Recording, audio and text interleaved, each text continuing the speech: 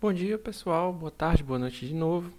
A gente agora vai para o último vídeo, né, do nosso projeto de linha de transmissão, né, vendo quais são os principais parâmetros dos projetos de linha de transmissão, o que é que a gente deve considerar e etc. E agora a gente vai ver um pouco mais é, sobre condutores, né, que são o último tópico aí que a gente vai ver, né, nessa sequência sobre projetos de linha de transmissão, sobre componentes e etc. É, é, que são, assim, os condutores são os principais, costumo dizer que eles são a estrela do sistema de transmissão, porque são eles que devidamente fazem a transmissão. O resto é tudo estrutura de apoio, suporte e que possibilita a transmissão de energia, né? Então, como é que a gente vai estudar esses condutores? A gente vai ver os tipos de condutores, né?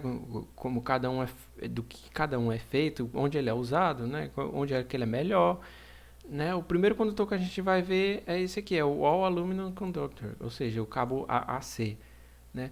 Que é um cabo todo de alumínio. Como o próprio nome diz, ele é composto por vários fios de alumínio encordoados. Ou seja, são alumínio puro, né? Vários fios individuais que são é, encordoados e formam um cabo, né? Essa é a diferença de quem não sabe, né? A diferença de um fio para um cabo, né? O fio ele é único, né? Uma peça única sólida. O cabo eles são várias peças sólidas encordoadas, né? Enrolados um no outro, né? Tem algumas vantagens de tornar mais flexível, de você conseguir aumentar bitolas sem precisar de mais material, né? Você diminui a resistência também. Então, é um jeito bem eficiente de transmitir energia. É, e alumínio é um bom condutor de energia, né? Existem condutores melhores, né? Mas você não vai fazer uma linha de transmissão de cobre, por exemplo, porque cobre é extremamente caro, impossível você montar uma linha de transmissão de cobre, né? Centenas e dezenas de toneladas de cobre. E alumínio é mais barato, bem mais barato. Aí aqui a gente tem outro tipo, que é o All Aluminum Alloy Conductor, ou seja, ele é uma liga de alumínio, né? Ele é chamado de cabo AAAC, ou seja, é o cabo AAC é igual, porém agora é utilizado liga de alumínio de alta resistência. Ou seja, é alumínio misturado com alguns outros metais, tungstênio, né? Alguns outros metais que conferem mais resistência para o alumínio, né? Qual são as características desse cabo? Ele tem a menor relação peso-carga de ruptura, ou seja, ele é mais leve para a mesma carga de ruptura, ou seja, é, a gente tem um carga de ruptura, que é a carga que o cabo se parte, né? A gente tem menos, o cabo AAAC, ele tende a ser mais leve para ter a mesma resistência à ruptura, né? Ele tem menores flechas também, ou seja, ele deforma menos, né? Ele, ou seja, você consegue diminuir o tamanho da faixa de servidão, né? Como a gente viu como é que se calcula a faixa de servidão, faixa de segurança, você consegue diminuir essa faixa quando você diminui a flecha, você se preocupa menos com o que está embaixo da linha de transmissão.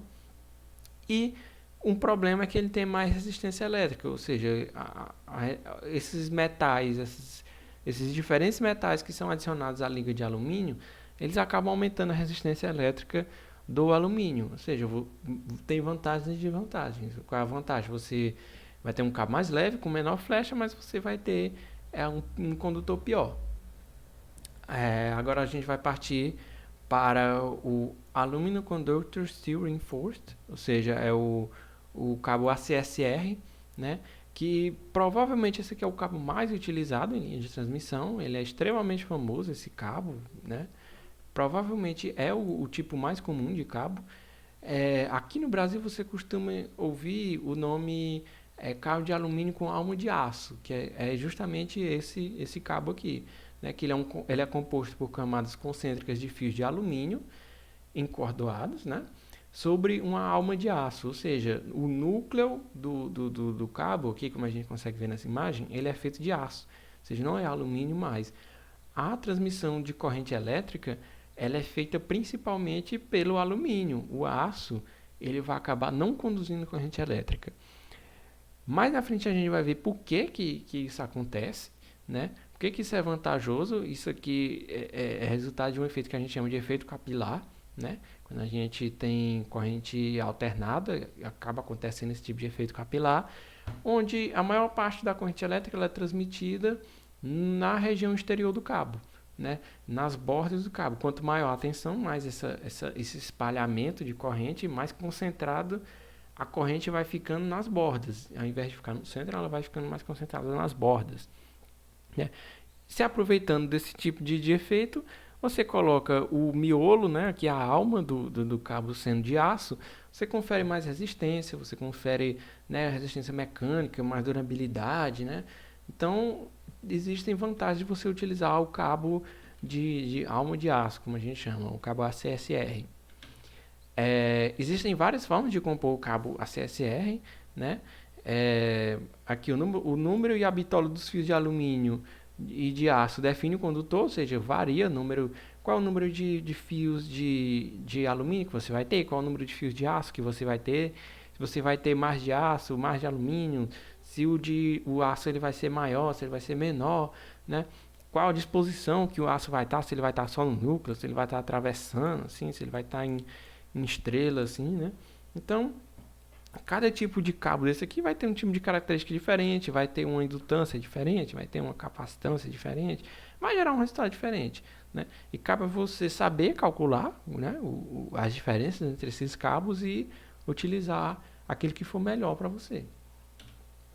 Aqui eu coloquei um exemplo de uma tabela comercial de cabo ACSR, porque assim, é extremamente importante vocês se acostumarem a ler tabelas comerciais, né? Boa parte do trabalho de engenharia é ler tabela comercial o dia inteiro, né? Então aqui a gente tem alguns exemplos de cabo. Esses cabos, eles, curiosamente, o cabo SSR, em quase todas as empresas, eles recebem nome de pássaros, né? O código aqui é nome de pássaro. Então aqui tem turkey, que é peru, né? Aqui o swan, que é o cisne, né? Esses outros também são nomes de pássaros, né? E aí cada um desses ele vai recebendo um tipo de característica elétrica diferente, né? Ou seja, ele vai mudando aqui bitola, ele vai mudando seção nominal, né? A seção, não exatamente a seção do condutor, mas a seção nominal, ou seja, ela é calculada a partir da capacidade de corrente daquele condutor, né? É uma equivalência à seção nominal, ou à seção física, né? Também dá para ter informação sobre a formação do cabo, ou seja, o número de fios versus o diâmetro nominal, né? O diâmetro externo nominal, esse aqui, ou seja, o diâmetro externo do cabo, às vezes é preciso você saber as dimensões do cabo, né? O peso. Né? Aqui você tem massa, peso no líquido nominal, carga de ruptura e por aí vai, né? E aí vocês fiquem livres para observar essa tabela, para ver diferentes tipos de cabo, a capacidade de corrente, de condução de corrente de cada um é extremamente importante, né? Resistência elétrica e etc. Isso aqui você vai consultar, né? Ninguém vai decorar isso aqui você vai procurar lá no catálogo comercial, você vai consultar e utilizar para calcular certos parâmetros da sua rede. Depois a gente vai ver como fazer isso. Outro tipo de cabo bem comum que a gente tem é o Aluminum Conductor Aluminum Alloy Reinforced, ou seja, ACAR, que é basicamente a mesma coisa do ACSR, porém agora no centro a gente não tem mais o aço, a gente agora tem uma liga de alumínio, ou seja, ele é reforçado com liga de alumínio. Não tem mais outro tipo de metal aqui, só dentro da liga de alumínio, né? Mas os dois são alumínio.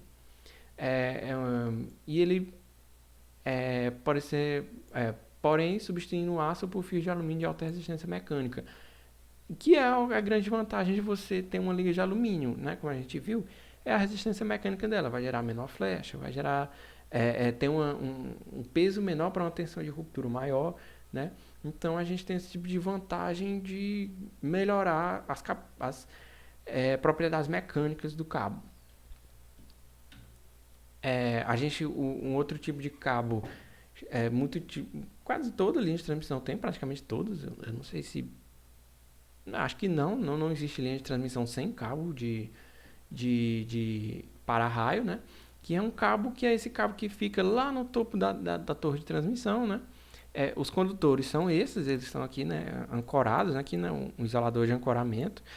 E o cabo para-raio ele fica ancorado, só que lá em cima da torre de transmissão, ou seja, ele fica ligado diretamente na torre, né? Ele é conectado realmente, eletricamente conectado, só que o cabo para-raio ele não é energizado, ou seja, não passa energia pelo cabo para-raio. O que é que passa pelo cabo para-raio? Passam fibra ótica, ou seja, esse optical ground wire que assim, já existiam cabos para-raios, eles serviam para quê? Para conduzir as cargas elétricas que atingem a estrutura ao solo, ou seja, ele serve para receber uma descarga elétrica, ligar essa carga elétrica ao solo através da torre, ou seja, ele vai distribuir a descarga elétrica que cai numa torre, eventualmente ele vai distribuir isso para as outras torres, né? Ou seja, ele vai impedir que a descarga elétrica chegue até a linha de transmissão. A função de um para-raio é conduzir a descarga elétrica até o solo. Ele faz isso utilizando o que a gente chama de descida natural na torre, porque a torre é metálica. Então ele liga na torre e a torre leva o raio até o chão, né? Já existia esse tipo de cabo, então o que foi que eles pensaram? Poxa, já que a gente vai ter que passar um cabo por toda essa linha de transmissão, por que a gente não aproveita e dentro desse cabo a gente coloca um tubinho com fibra ótica, né? Ou seja, agora você consegue atravessar informação também dentro da linha de transmissão. Ou seja, você consegue instalar, por exemplo, equipamentos lá na intermediária da linha de transmissão, um equipamento que, por exemplo, vai localizar faltas, né? Ele vai ser utilizado para monitorar a linha de transmissão, ele vai ser utilizado como coletor de informações que vão ser úteis lá no controle, né, da manutenção da linha de transmissão. Ou seja, já que você vai ter que subir lá em cima, vai ter que instalar o cabo, vai ter que passar centenas de quilômetros de cabo, vamos aproveitar e passar coisas mais úteis dentro dele, como fibra ótica. E como é fibra ótica, né, é transmissão ótica, não vai sofrer interferência do campo magnético dos condutores, não vai ter interferência eletromagnética, então, né, por que não? A gente tem também agora, a gente vai ver um pouco, todos esses que a gente viu são cabos condutores de linhas de transmissão aérea, né, que são utilizados em linhas de transmissão aérea, né? E agora a gente vai ver um pouco sobre as linhas de transmissão subterrânea, quais cabos podem ser utilizados na linha de transmissão subterrânea. Subterrânea, porque ela é debaixo do solo, né?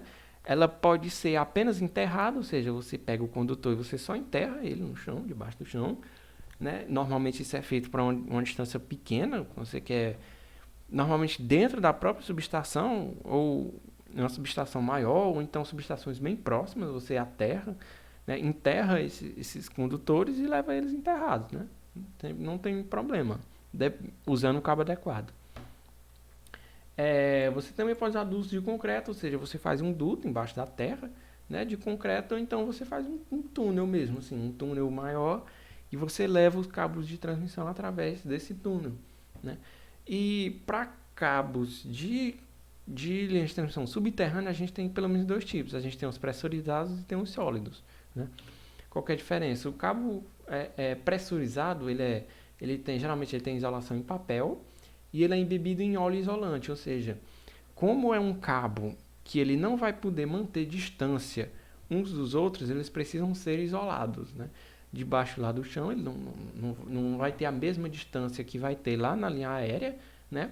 A linha aérea você não precisa de isolação porque os cabos eles estão muito distantes. A torre é grande, você deixa o cabo distante. Aqui não tem condição de você fazer isso, e como o cabo vai estar diretamente em contato com o solo, assim, ele tem que ser isolado, né? Impossível você ter um cabo indo por baixo do solo que não seja isolado, né? Então ele é isolado em papel e você adiciona esse óleo isolante como forma de isolação elétrica, ou seja, para evitar contato, né? E por que ele é pressurizado? A vida útil dele é de aproximadamente 40 anos, ou seja, ele pode ficar 40 anos sendo utilizado, né? E por que ele é pressurizado? Para evitar a formação de bolhas na isolação do cabo, ou seja, caso se formem bolhas dentro do cabo, isso é extremamente prejudicial, porque com certeza a isolação elétrica do ar não vai ser tão alta quanto a isolação elétrica do óleo que está sendo utilizado. São óleos especiais, não são óleos qualquer óleo, é um óleo isolante, ele tem uma tensão de ruptura extremamente alta. E caso ocorra uma bolha dentro desse cabo, vai reduzir a classe de isolação dele.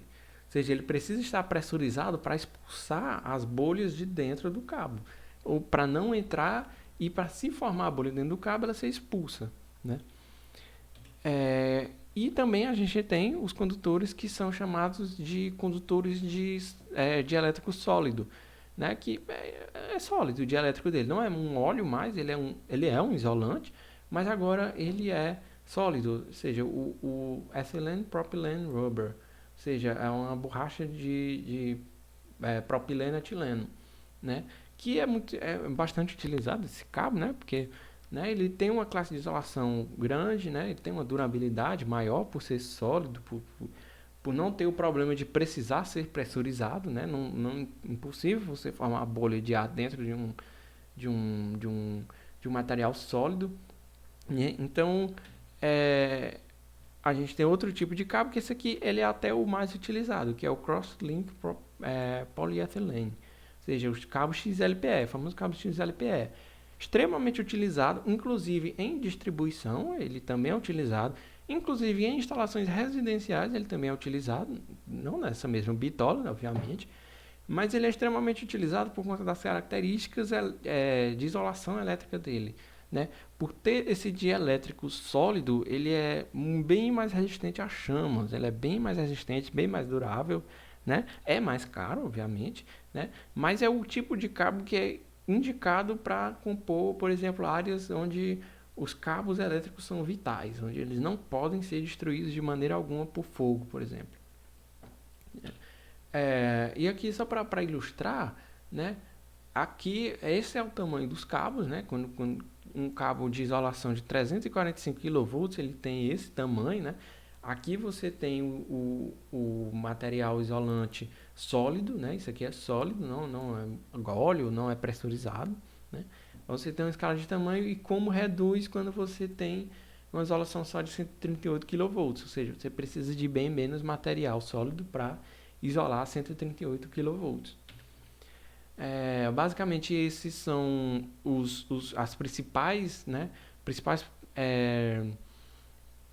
As principais decisões que você tem que fazer, né? Qual tipo de cabo escolher, qual tipo de torre, né? Então, basicamente, a gente deu uma passeada geral sobre o projeto de linhas de transmissão, né? Aqui você vai...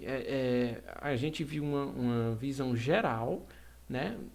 Você não está preparado para fazer um projeto de linha de transmissão, mas pelo menos agora você está ciente do que é que se pensa, do que é que se considera, quais são os elementos, quais são as escolhas que se fazem, o que é que influencia no que, o que é que você tem o que é que você tem que considerar quando você está estudando torre, quando você está estudando cabo, quando você está estudando isoladores, quando você está estudando faixa de servidão, traçado. Então, espero que tenha ajudado vocês a pelo menos entenderem melhor o rumo de um projeto de linha de transmissão. Então, muito obrigado e até a próxima aula.